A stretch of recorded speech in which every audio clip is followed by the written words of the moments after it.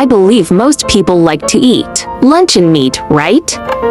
Today we'll make rice cooker, luncheon meat braised rice.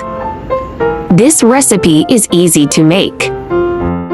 This recipe saves a lot of time in busy times.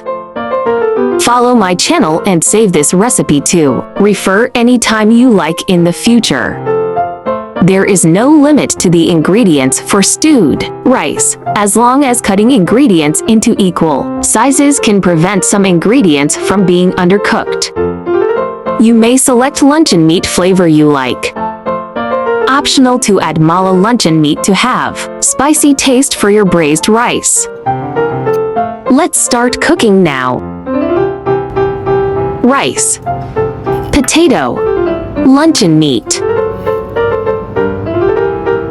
carrot, cubes carrot,